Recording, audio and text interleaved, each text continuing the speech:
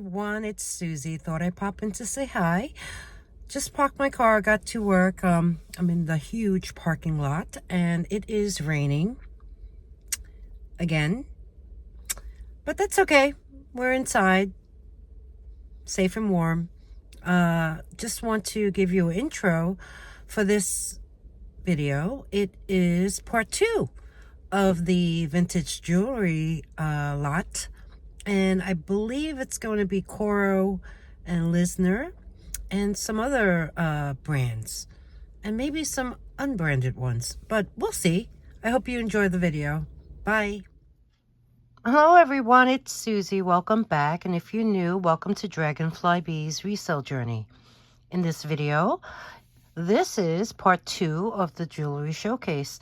As promised, I would be showing LISNER and Coro in this in this second parter. And these displays are holding LISNER. But let's go over some other vintage jewelry that I have.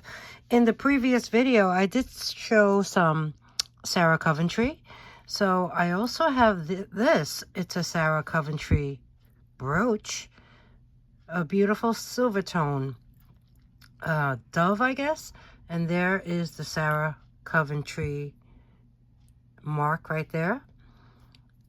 There is a rollover clasp. It's very straight and it looks to be in pretty nice condition. So we have this one. Okay, next piece. This is also a Sarah Coventry. This is pretty common. I've seen this many times. It's quite heavy. It's a silver tone apple brooch. I believe it's called Adam's apple. Not sure the name of the actual piece I meant. Textured silver tone body. And also the leaves have that raised bead design. There's the back side. This is quite heavy. And it says Sarah Cov right there with the copyright symbol in front of it. And there is a rollover clasp. So we have this brooch. Okay, next vintage piece is this metal brooch. It's a flower. And there is a amber tone bead in the center. It looks like acrylic. I believe it's acrylic. And then all around it are these little amber colored rhinestones in each one of those little stems. There is unfortunately some wear, so there's a dot right there, so it's missing some of that coating, as well as down here. If you look closely, you could see the cracking. That's how old this piece is. You see that? Overall, can you picture this on your lapel, on your jacket, on your hat? This is the back side. It just looks like deep honey. There is that V-shaped clasp, and there is the pin. So there's a little bow in it. And there's that rollover. So we have this brooch. Here's another brooch, and this one is gold tone, and there's some pearl-like disc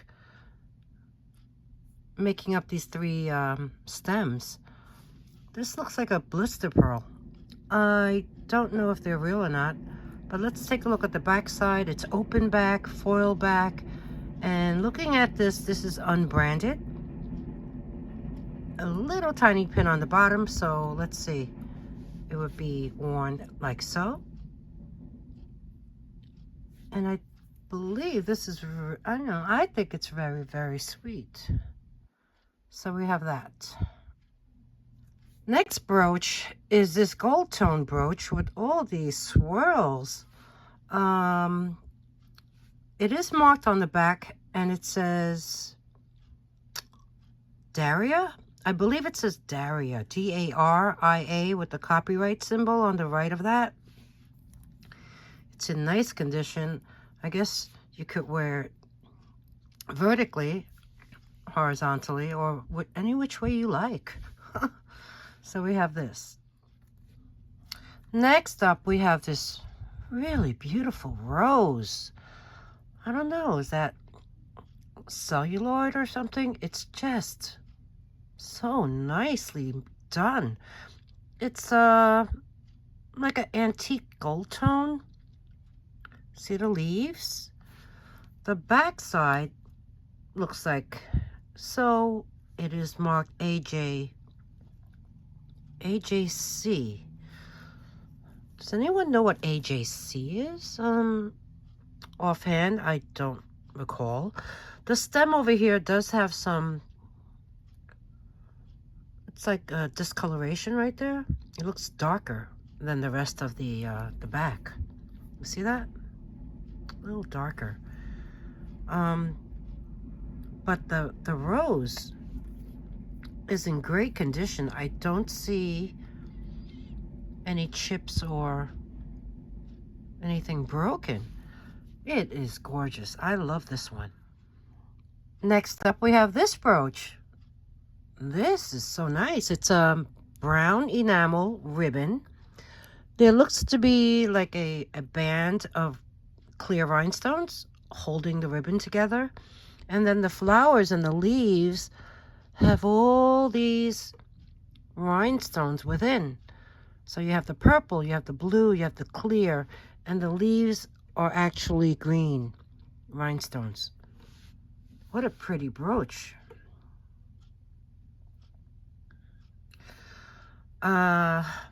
This one, oh, it is signed right there. This is a MONET. So we have this MONET brooch. The pin is nice and straight. Really,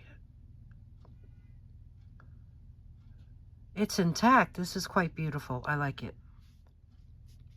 Okay, since that flower brooch was a MONET, I grabbed this one.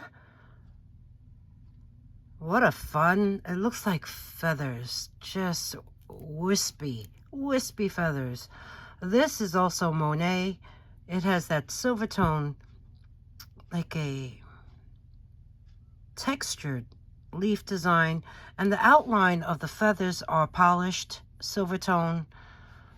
Here is the back side of this brooch, and there is the mark right there. It says MONET with the copyright symbol in front of it. So we have this in very nice condition. Here's another MONET brooch. This one is quite high, tall, I guess. It looks like 2 stalks of wheat or some type of stalk with this beaded design in the center, and then you have these detailed designs along with these raised beads. There's a back side, really long pin, and it is marked MONET right there. And this is in really beautiful condition. Okay, next up we have this brooch. It's 2-tone, gold tone and silver tone. You see the woman who is sitting at her vanity. She has a silver tone hair and her slip is in silver tone. The detailing, the draping of her dress is nice. She has little heels on. There's even a little bottle sitting on her vanity. The mirror, hi, works. And here's the back side. There is a rollover clasp. It's on a diagonal. And there is a mark right there, and I'll be honest, it is so hard to see. So I'm not sure what it says. But she's pretty sweet. We have her. Next up, we have this necklace, which is in like a bolo style. It's gold tone, detailed leaves, and a mesh rose center. It even has these swirly rope designs. It's on this very delicate gold tone chain, and it ends in these 2 tiny teardrops on the bottom of the chain. If you see the back, that's how it's constructed. So you can pull the chain up and down in order to make that pendant sit higher or lower. So the swirls on the top continue down to these two stems on the bottom. There's no maker's mark on this that I can find. And when I measured this, let's see, from the top of the chain to the bottom, it is about approximately 14.5 inches. So we have this beauty. All right, let's talk about LISNER. The company was actually called D, which stands for David, LISNER Company, and it was founded in 1904. But the family company dates back to post-Civil War times here in New York City. David LISNER, along with his brothers George and Abraham, and their dad, they were all merchants. Think about this back in New York City in the late 1800s. They sold fancy goods in 1869. They immigrated here in 1864, and their dad's job, well, occupation, was listed as merchant on the on his Ellis Island immigration manifest. Well, the family business was mostly wholesale imported goods from Europe, which included jewelry, hat pins, crystals, giftware. You know, think of glasses and vases and things like that, along with clocks. I mean, there was even a time they imported Elsa Schiaparelli's Parisian jewelry from Europe. In 1915 in New York City, David and his son Sidney, they were listed as the owners of the D. LISNER and Company. David, along with his son Sidney, and another cousin named Saul, opened D and Company as well, and they sold novelties. So they were really in the merchant business for quite some time. And then in the 30s, when the war had started, importing jewelry was tough, so they established a presence in Providence, Rhode Island, where they didn't have their own factory, but they used existing resources that were already in Providence, jewelry manufacturers there, to get their jewelry made. So now they were able to say their jewelry was made in America. And even though they didn't manufacture it, it still had the LISNER name. Even Whiting and Davis, the ones that are best known for their metal mesh purses, they even manufactured bracelets for LISNER. And the LISNER mark was really first used in the 1930s. And then even after the invention of lucite by DuPont in 1931, LISNER created really nice jewelry with lucite. I think that may be lucite. Rhinestones, AB crystals by Swarovski, silver-plated jewelry, I must say, and what they call black japanned metal, which is basically black lacquered jewelry. I mean, it imitated, that was really popular in the late 1600s. It was from Japan. They imported that to Europe, and it was imitating that style of that era. So, okay, fast forward to the 50s. Who was it?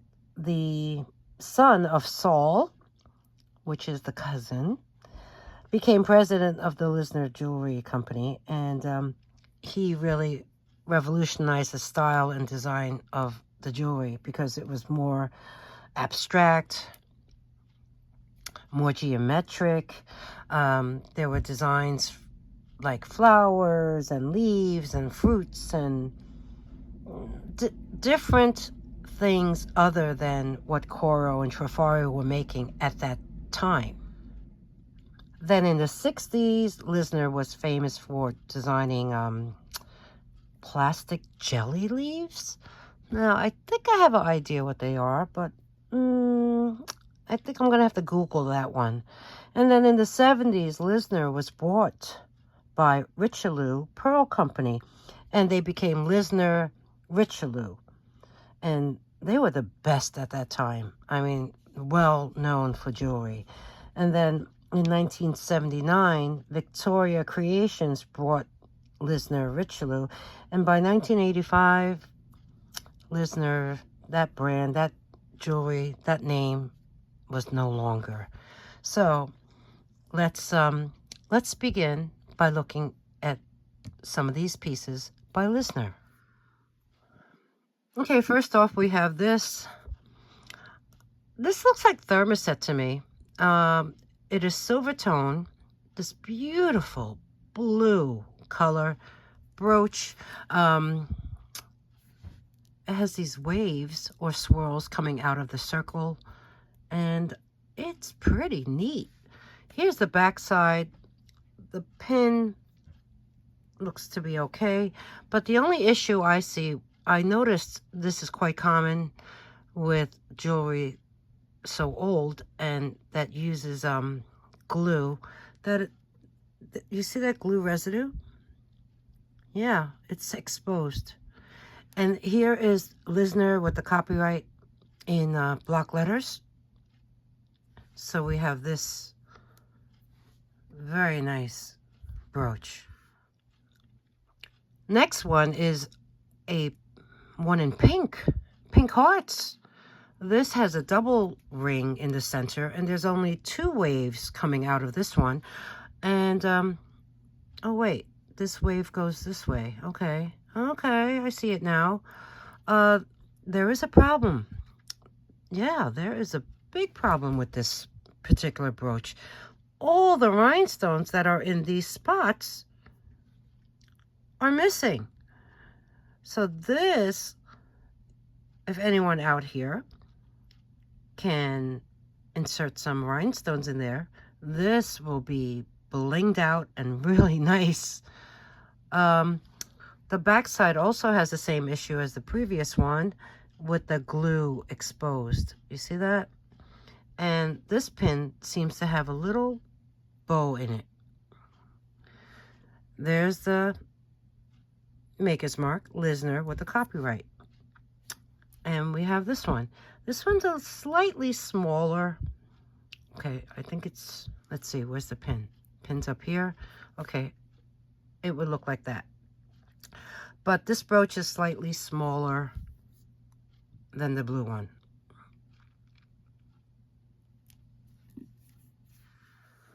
Okay, let's move these a little bit and move these to the side and bring this one here front and center. This one here is a silver tone necklace. In fact, all these necklaces have a 7-inch drop. This one here almost looks like an arrowhead. It has a textured silver tone panel design. Kind of looks like an M, and that looks like a V. It all depends on how you interpret what you see. There's a polished stem in the center. The back side has that type of chain, along with the little teardrop charm hanging off one side and a hook closure. So let me take the necklace off the display and show it to you close. There you see the panels. Here's the chain. This is kind of substantial, weighty wise, you know. And there is the maker's mark upside down. There it is. Copyright LISNER in block letters. Let's look at the back of this.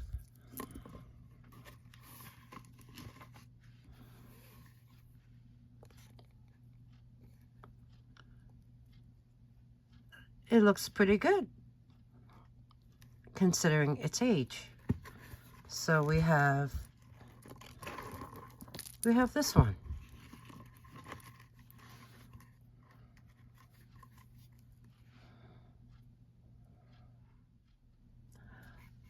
The next one I have is this gold tone necklace. It has these, look at the moon glow in those cabochons.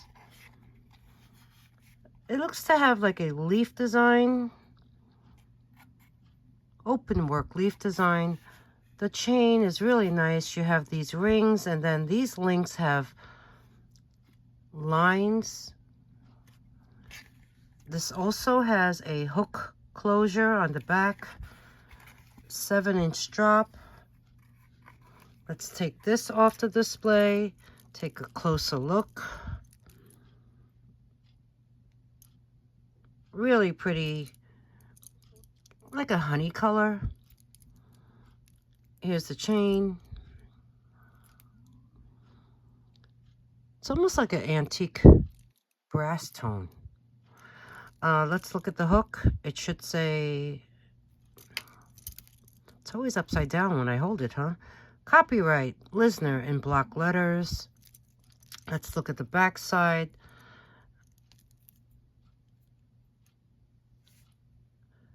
Open back. And same issue, there is some glue residue on the back of this as well. Overall,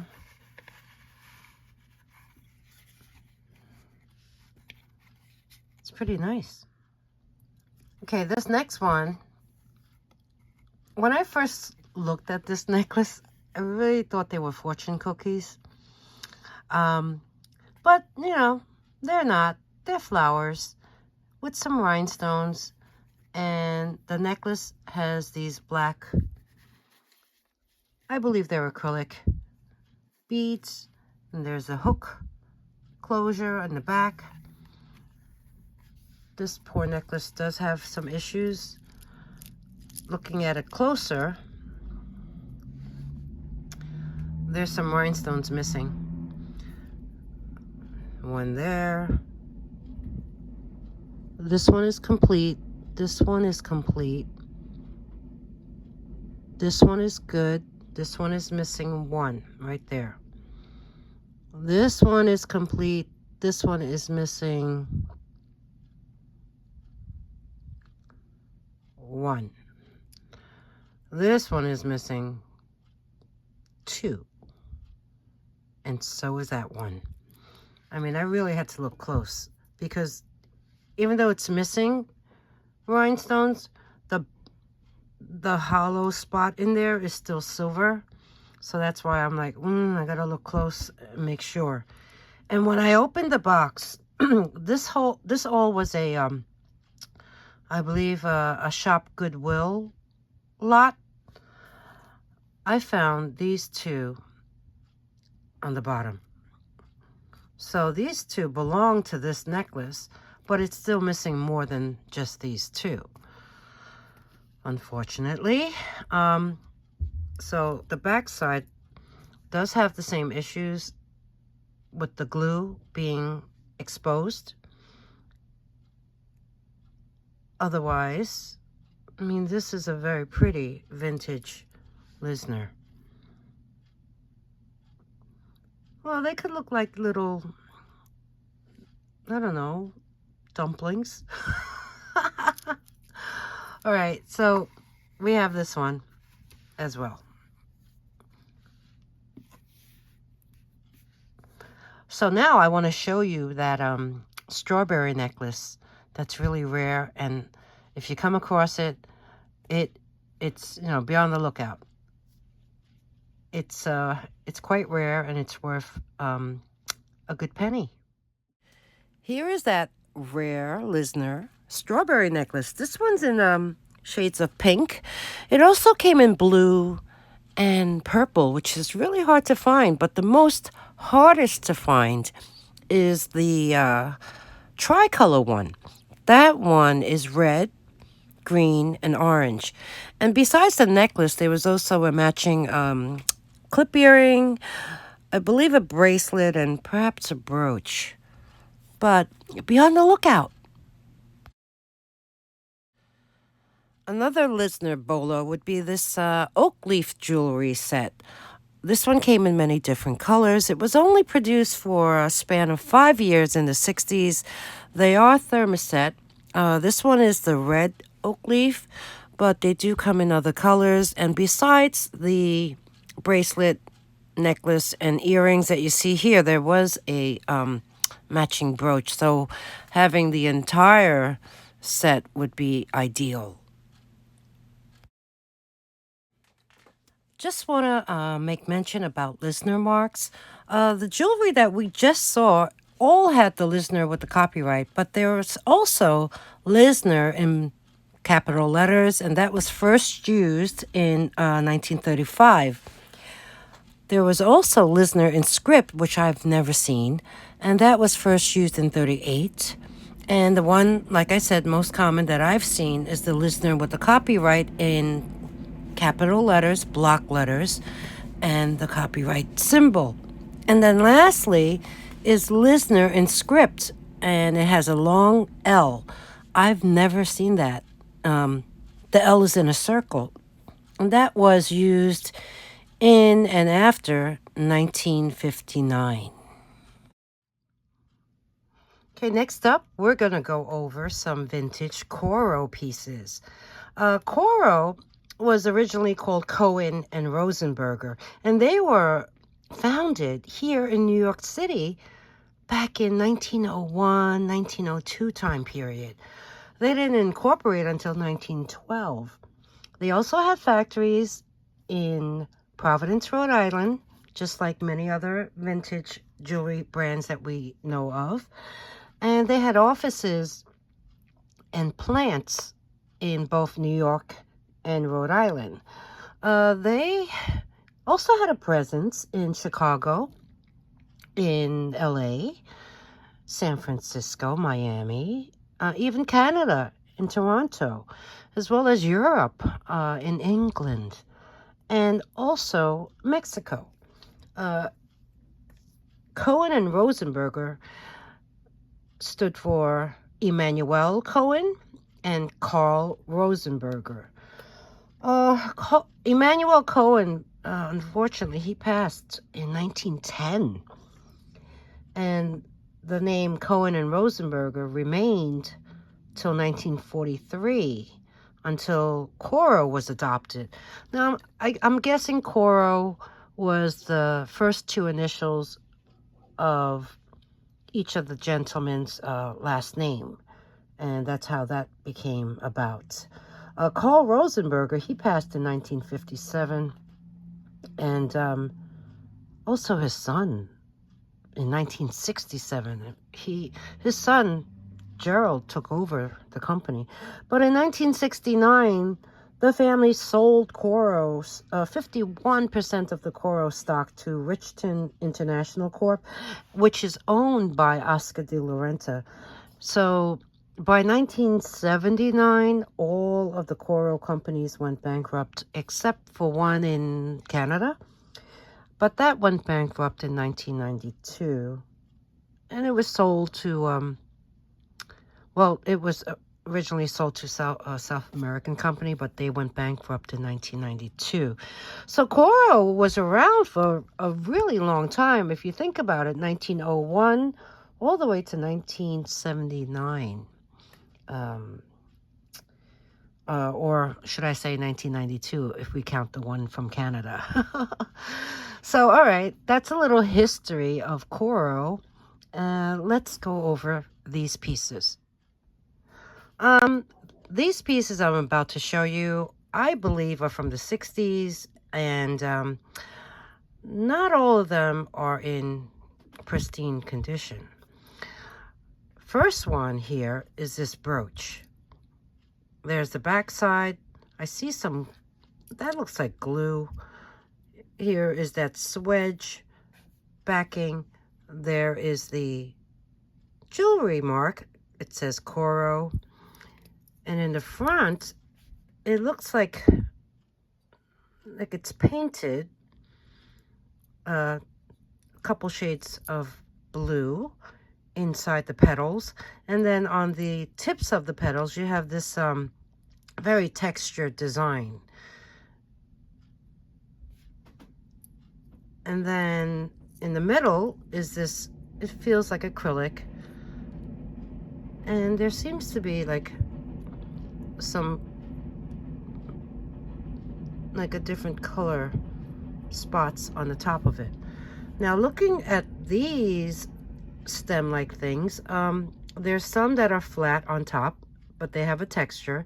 And then there's some in between that have blue rhinestones. Now, looking at it, I see some missing ones. Don't you? There's one missing right there. One missing down here.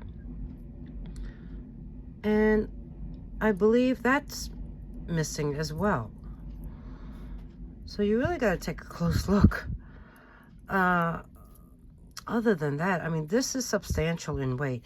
And there's also some, let's see. Okay. If the pin is that way, it would be like so, where you have these green leaves hanging off the bottom of it. So we have this brooch, but like I said, it's missing some blue rhinestones. And I believe there are, two? Maybe two missing? Really beautiful, very old, but still, you know, just picture, you know, every time I hold old jewelry, I'm always thinking, whoever had purchased this originally, I guess they really loved it.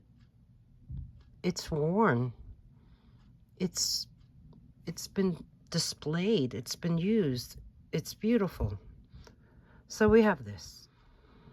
Okay, next up we have this pair of gold tone clip-on earrings. They look to be like a thermoset lucite material that has this moon glow effect. The color is really hard to describe. It's kind of brown, but it's kind of not. There is some wear. Let me show you the opposite side. So I do see like a little dot of verdigris there. So if you take a Q-tip and dip it in white vinegar and just rub that off gently, that does come off. If you know of a different way of removing verdigris, let me know. Comment in the down below. Now, these are quite old. On the actual clip, it does say Coro in right there, but it is a little faded. So that's what it looks like on the back side. Yeah, they do need a good cleaning. And there you go. You could see it a little better. And here's the front. Now when you wear them, the little blocks actually hang like a diamond shape. So we have this pair. This next pair are so nice. They're silver tone, they're detailed, they're flowers that are made up of these leaves, but they're clip-ons, and there's the back. It does say Coro on the clip. Unfortunately, when I was opening this clip, look what happened. So, it came off. Oh. So, these, unless you know how to weld or know how to fix that, will be a craft item. So, oh, they're so pretty though, right? So, yes, craft lot items are $1 each. So this pair would be $1. Okay, next piece is this necklace. It's filled with faux pearls. And they are all there. It's made up of these green acrylic, oddly shaped stones. They are not stone, they are acrylic. And then you have this detailed leaves all around. Look how these are set. You know, they're not quite prong set, but they do have like this little like fence around them. The chain is really nice. It has the round rings, and then the links have this texture design on them. And there is a hook closure, and on the other end is this little, very sweet, and it's weighty. This little, it kind of reminds me of a beehive charm hanging off the other end. This here has a 7-inch drop. Now let me bring you in close so you can see the beads have a little swirly design going through them. Beautiful emerald green color. The leaves have really nice textured leaf design, and you have those faux pearls. Now let's look at the back side. The back side is all open back, and this, I must say, is in pretty good condition considering the age. Now here's the chain. Isn't that nice? Here's the other side, and here's that little charm hanging off the other end. Now let's see if I could find, okay, it does say Coro right there on the hook with the copyright symbol on the right of it. So we have this very pretty necklace. Next in line is this beauty. I mean, look at that blue. It's almost like a royal blue.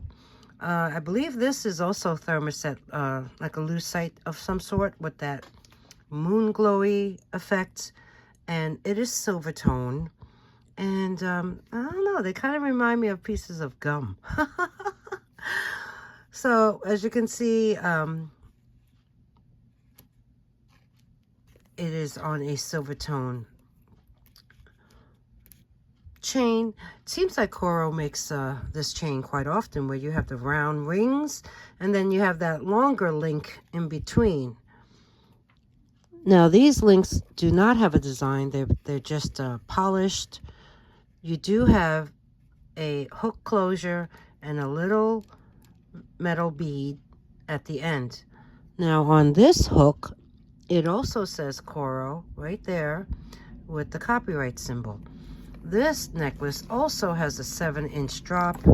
So let's take it off the display and show this to you close up. There you go. Really nice, beautiful color. This is one of my favorite colors. Now, let's look at the back side. And the back side, you can see the construction.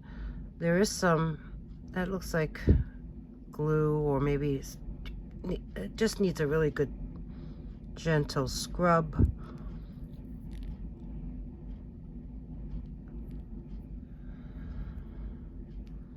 And there you have it. There's the back. And it is also signed right there.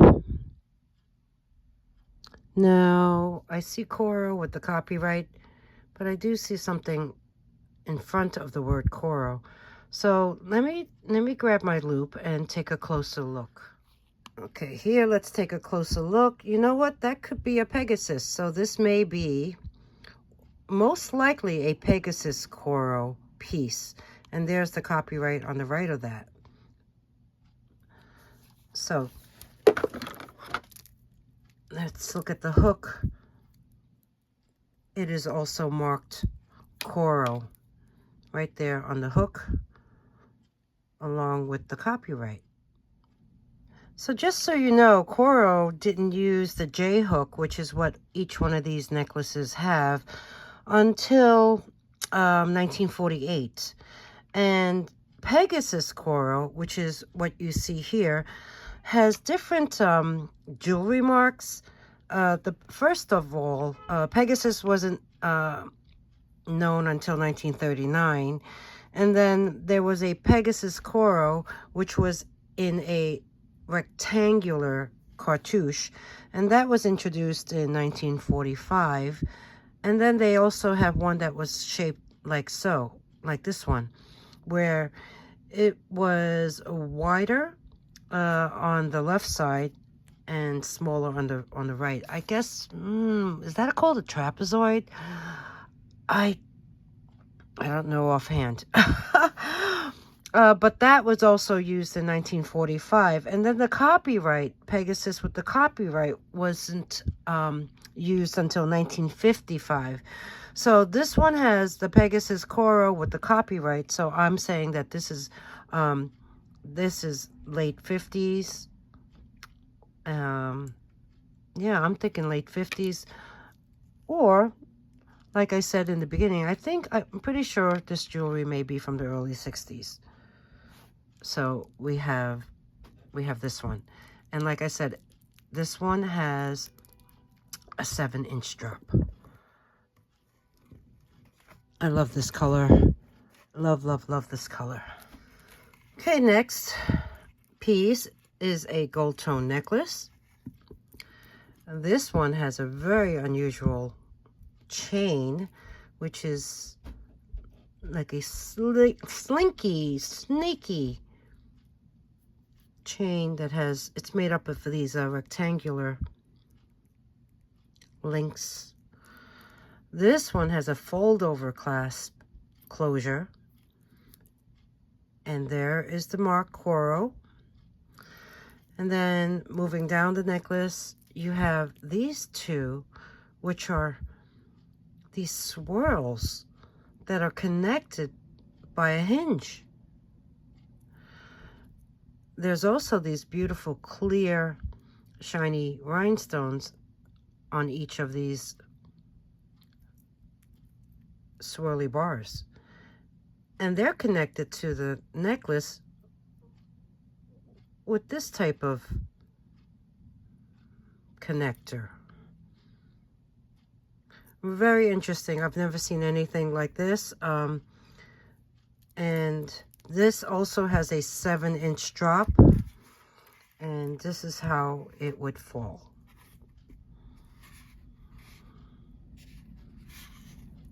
Very nice. Really sweet. Next, I have a pair of clip-on earrings. They are gold toned. They are textured. They are teardrop shaped. In the center, there's these 2 rows of rhinestones. The bottom are baguette style, and the top are round. And looking at this closer, I see the left one is complete, and the one on the right is missing 2 baguette rhinestones. The center one is present, and the ones on either side of it are missing. So I looked in the box that it came in. I got this lot from shopgoodwill.com, and I found one. So that one would fit right there, but you would still be missing one additional one. They are substantial in weight. There is signed Coro on the clip. As you can see on both clips, they are nice.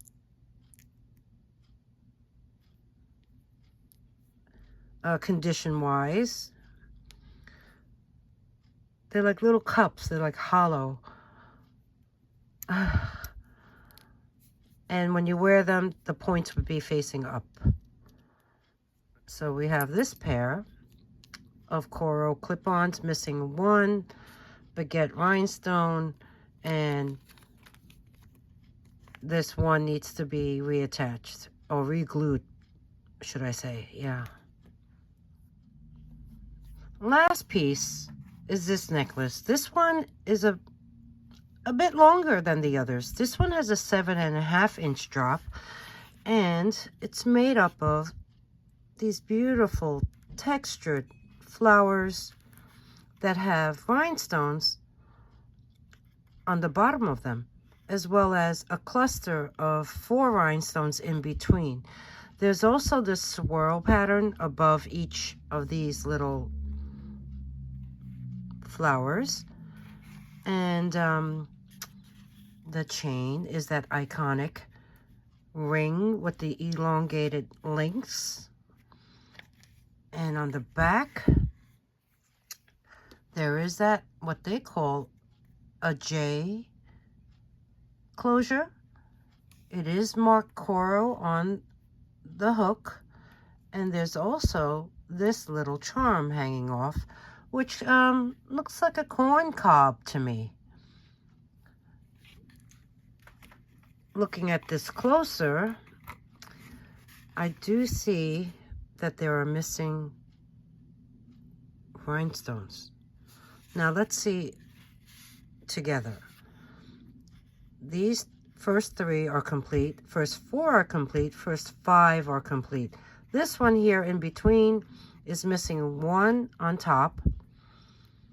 Complete, complete, good,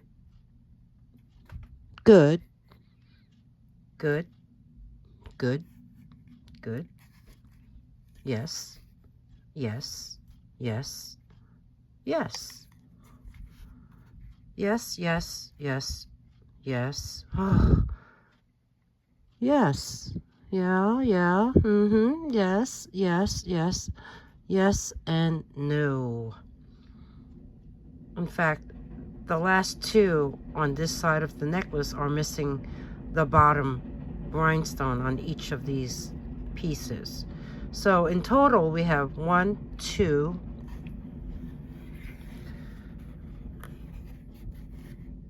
3.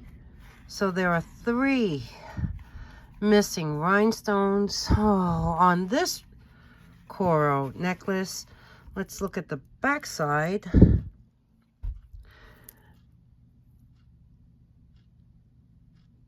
It's textured,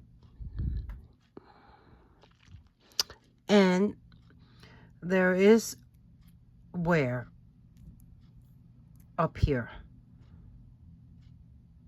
and I guess due to the age of this necklace, that is to be expected unless someone took extra care of their jewelry all these years. Otherwise, I think this is still very beautiful, even though it's missing those rhinestones that can easily be replaced. We have this one. Good news. This necklace came in this bag, and on the bottom were the 3 missing rhinestones. So I will include these in this necklace, and all you would need to do is to glue them back in. So I'm happy about that it is complete. Okay, last 2 pieces I wanted to show are these 2 necklaces. They are unbranded. I couldn't find any maker's mark in either one of them. They both have a 7-inch drop, and the first one is a milk glass beaded gold tone necklace. I love that design. It looks like the beads are just intertwined in this gold tone link of some sort. It has a great clasp. Look at that. The lever on the bottom is pushed up, and then that plate can come out. And if you notice, this necklace is strung on a chain. Let's see if I could show you that in there. I think I saw it right here. If you look at the white bead, you see the chain sticking out of it. And this is glass, milk glass beads. And that gold tone design is just so unique. Very well made piece. So we have that. And then this one makes me crave split pea soup. Don't they look like peas? They really do. There's like a lime green, a pea green, and like an apple green. It's on a silver tone necklace, similar to a Coro style, but not quite. I mean, the links are not round in between.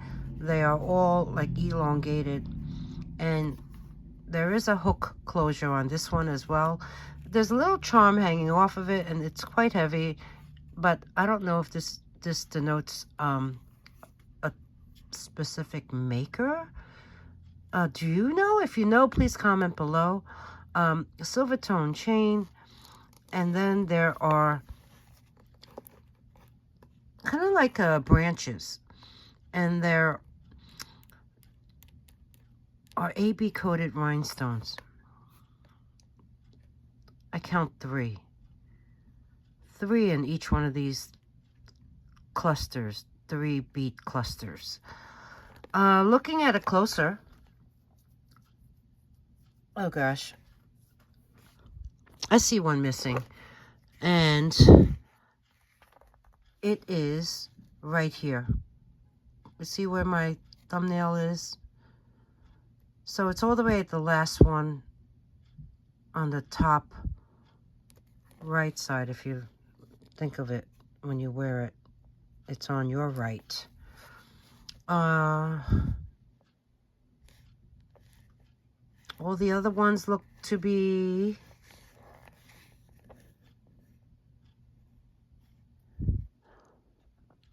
give me a second. No. There's one missing right there too. So that's 2 missing. Let me keep looking up this side. And the rest look good. So you know what? There are two missing AB coated rhinestones. but I still like it. I mean, this is something you can wear on St. Patrick's Day. So, okay, these 2 last pieces wraps up part 2 of my vintage jewelry showcase. I hope you really enjoyed my videos. If you did, please give me a thumbs up. That really does help my channel grow, I believe. And also, if there's anything you'd like to purchase, email me at dragonflybeez@gmail.com.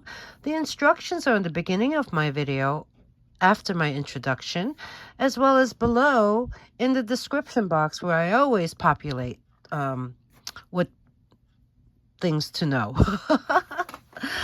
I also create a sold list in the comment section, so if anything does sell, it will be a pinned comment, which means it will be the first comment that you see.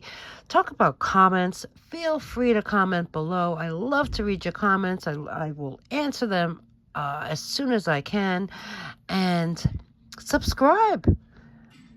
You have to be subscribed to get in on these discounted subscriber rates that I give only to you. And ring that bell. Choose all notifications, and that way you'll be alerted when I post my next new video. Hint, hint, it is going to be a repurposed jewelry box. So, thanks everyone for spending this time with me, and I hope to see you in the next one. Bye.